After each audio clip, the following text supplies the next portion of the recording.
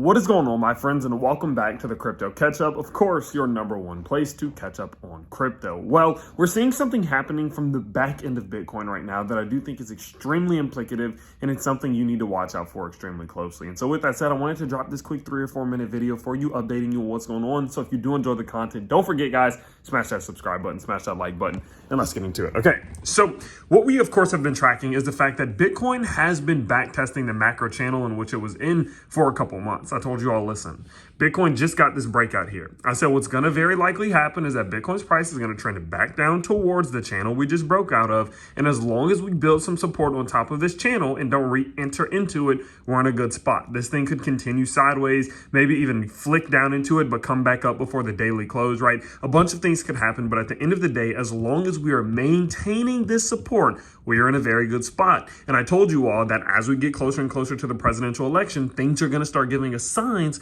as to what may happen. Now, from a back-end perspective, we're getting those signs. Guys, don't forget, if you do want to trade some Bitcoin yourself, you can use that Margex link down below. Get up to $10,000 in rewards, and you don't need to KYC, meaning you don't need to give them your personal info. But what I want to talk about specifically is while we are getting this back test and while Bitcoin's price is retesting that channel, something's happening with liquidations, guys.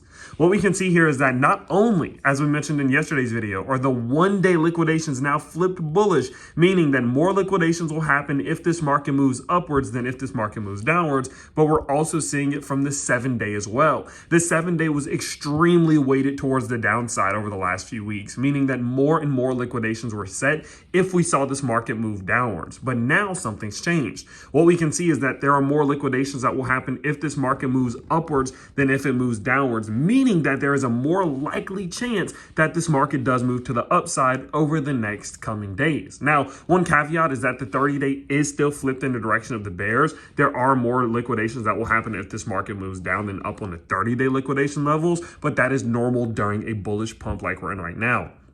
People will still be skeptical. People will still be, skeptical enough to push the market upwards. But at the end of the day, the further the market goes upwards, the more bullish people are going to get, the more crazy they're going to get, and the more leverage they're going to use. It's normal for your more macro 30-day, 45, and 60-day liquidations to be a little bit more weighted towards the downside. But in the short term, considering we're looking at the short term for the price right here, looking at this back test, it's most important to pay attention to what's happening on the 1-day, what's happening on the 7-day, because these are the shorter, more micro time frames in which this breakout to the upside is going to need to happen on.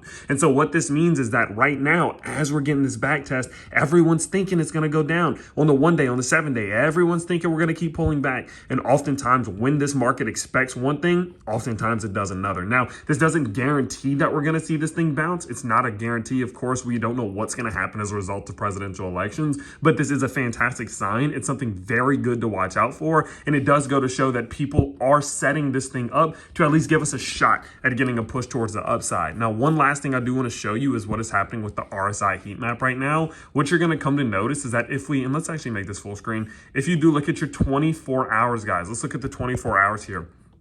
Something crazy is happening. We are now nearly in the weak zone on your 24-hour RSI. Now, not only that, Bitcoin, Solana, ETH, and BNB all pulling out of that strong and overbought zone in which they've been in for the last couple of days, meaning that this market is resetting. Many of your Bitcoins and your top altcoins and even some of your more mid-cap alts are all pulling back towards this weak zone, which is historically a decent / good time to buy, all in which is happening as we are getting a successful back test currently and liquidations are flipping back in the favor of the bulls. And so because of that, I do think that this is important to watch out for. Again, it doesn't guarantee that we are going to see this market bounce upwards. It is just a very good sign, though. Obviously, still be careful and, before elections, a lot of volatility inbound, a lot of liquidations in both directions inbound, but this is a good sign and I wanted you to see it. And so with that said, of course, I will continue to be the #1 source for you to get your updates on news, technical analysis, fundamental analysis, whatever it may be. Guys, don't forget, this is a brand new channel. So if you can help us out by subscribing, liking this video if you did find it valuable, and leaving me a comment down below letting me know, are you buying? Are you selling?